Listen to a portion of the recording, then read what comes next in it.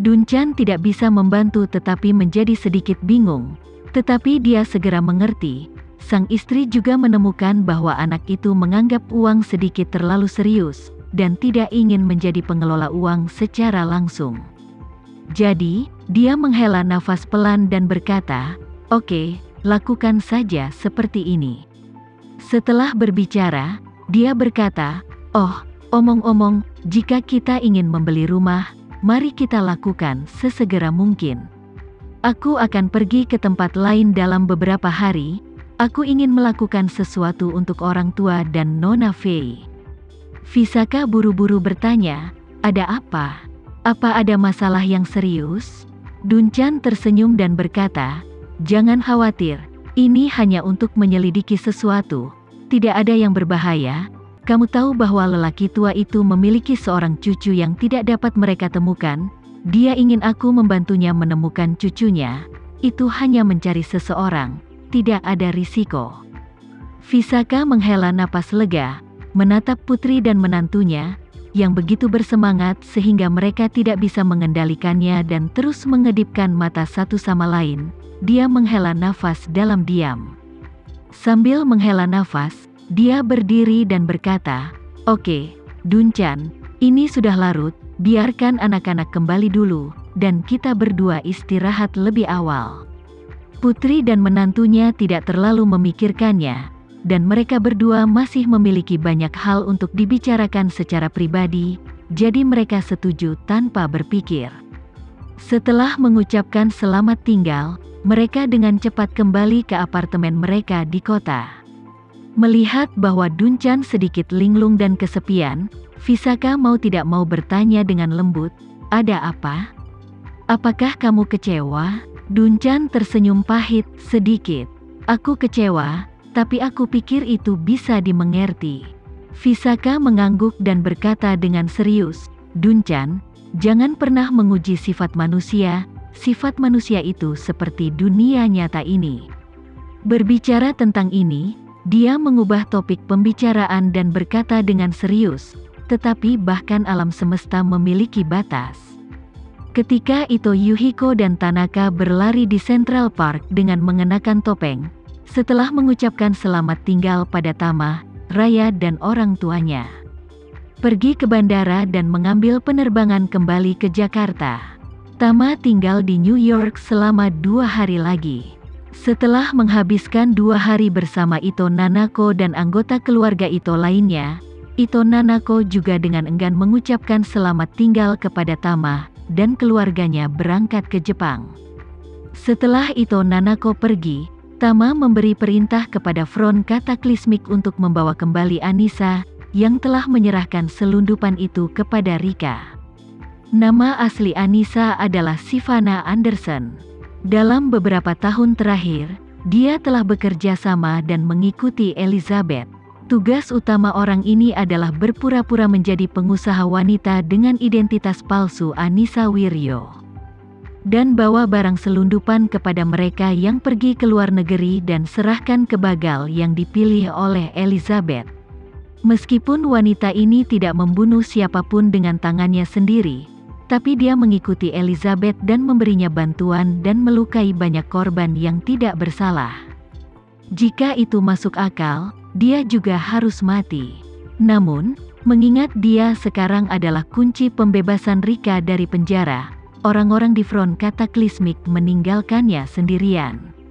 Adapun temannya yang juga penuh dengan kejahatan, dia dibunuh oleh tentara Front Kataklismik dan dibuang ke padang pasir dekat Las Vegas. Pada saat yang sama, petugas Front Kataklismik juga memiliki informasi identitas keluarga rumah tangga Anissa, jadi mereka menggunakan ini sebagai alat tawar-menawar untuk memintanya mengambil inisiatif untuk mengakui semua kejahatannya kepada polisi. Kalau tidak, mereka tidak hanya akan membunuhnya, tetapi juga membiarkan keluarganya membayar konsekuensinya. Anissa, yang tahu bahwa dia tidak dapat melarikan diri, tidak berani melanggar tuntutan Front Kataklismik. Dia tahu bahwa jika dia mengaku kepada polisi, meskipun dia tidak akan pernah bisa keluar dari penjara lagi dalam hidupnya, dia setidaknya bisa menyelamatkan nyawa seekor anjing. Karena itu, saat ini, dia tidak punya pilihan kedua sama sekali. Ketika Anissa dibawa kembali ke New York dan diserahkan kepada polisi New York, dia berada di lembaga pemasyarakatan Bedford Hills di pinggiran kota New York, dan sudah waktunya bagi para narapidana untuk makan siang. Menurut peraturan institusi, sebelum makan siang dimulai, peringatan dini akan melakukan roll call untuk setiap sel. Setelah panggilan roll, pintu sel akan terbuka dan semua orang akan pergi ke restoran dengan tertib. Setelah makan di restoran, semua orang akan pergi ke taman bermain untuk menghirup udara segar, kembali ke sel setelah semuanya selesai, dan menghitung lagi jumlah orangnya. Setelah memastikan bahwa itu benar, tutup pintu dan tunggu makan siang. Pada saat ini, Rika tidak tahu bahwa hari-hari baiknya sudah mulai menyusut. Saat ini, jumlah orang di selnya baru saja dihitung. Tapi meskipun semua orang sudah mulai berbaris, Rika masih berbaring malas di tempat tidur, membaca buku dengan santai sambil menyilangkan kaki. Penjaga penjara yang menghitung jumlah orang menutup mata terhadap perilaku Rika. Setelah memastikan bahwa tidak ada yang melarikan diri dari sel, penjaga penjara berkata dengan keras, "Sekarang kamu bisa pergi ke restoran untuk makan." Setelah berbicara, dia datang ke Rika dan berkata dengan penuh perhatian, "Nyonya, hari ini dapur membuat pasta dengan saus bolognese dan steak udang. Saya meminta koki untuk menyiapkan Anda bumbu dengan tomat dan telur. Jika Anda membutuhkannya, pergi saja ke restoran dan nikmatilah makanannya." Alasan utama mengapa sipir penjara ini bersikap sangat baik kepada Rika adalah karena sipir memiliki perintah khusus untuk merawatnya. Dia juga tahu bahwa mantan sipir penjara diturunkan menjadi tahanan hanya karena dia menyinggung Rika. Oleh karena itu, setiap penjaga penjara di lembaga tahu bahwa Rika memiliki latar belakang yang sangat kuat, jadi mereka sangat hormat ketika mereka melihatnya. Alasan mengapa sipir merawat Rika terutama karena Rika adalah orang yang diberi nama Sinta untuk dirawat. Pengaruh Sinta di New York luar biasa, dan sama sekali tidak sebanding dengan sipir kecil. Oleh karena itu, bagi sipir, Rika adalah kesempatan sempurna baginya untuk berpegang teguh pada kelas atas, jadi, apapun yang terjadi, dia juga tidak mau ketinggalan. Justru karena inilah penjaga penjara di seluruh institusi bahkan lebih takut pada Rika. Dan Rika tidak hanya berwibawa di depan penjaga penjara, karena efektivitas tempur ketiga prajurit front kataklismik benar-benar luar biasa. Duri, hampir semuanya telah dipotong beberapa kali.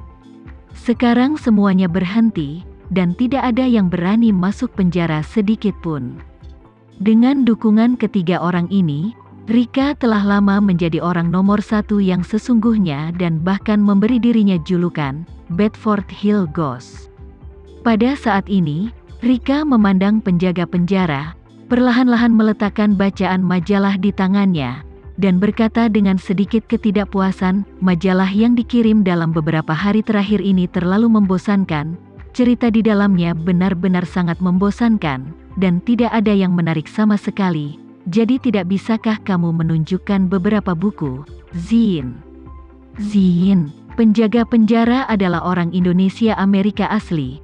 Jadi dia bahkan tidak tahu apa itu Zin. Jadi dia bertanya dengan gugup, "Nyonya, apa yang kamu maksud dengan Zin?" Rika berkata dengan arogan, "Zin adalah buku yang sangat dalam dan sastra. Majalah-majalah ini adalah publikasi sastra favorit saya selama bertahun-tahun. Jika bukan karena prasangka terhadap penulis kita, para penulis Zin akan memenangkan hadiah Nobel untuk sastra." Penjaga penjara berkata dengan malu, "Nyonya, hadiah Nobel tidak diberikan oleh kami, tetapi terutama oleh orang Swedia."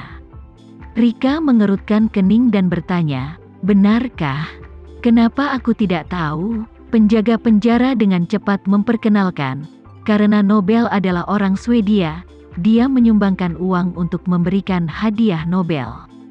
Rika menyadari bahwa dia telah ketinggalan, dan segera mendengus dingin dan berkata terus, "Bagaimana dengan Swedia dan Swiss? Bukankah semuanya dikendalikan oleh kalian orang Amerika?" Penjaga penjara buru-buru berkata, "Nyonya, Nobel ini benar-benar tidak ada hubungannya dengan Amerika Serikat." Rika berkata dengan tidak sabar, "Oh, aku tidak akan berbicara omong kosong denganmu lagi. Cepat dan temukan cara untuk memberiku sekumpulan teman untuk melihatnya."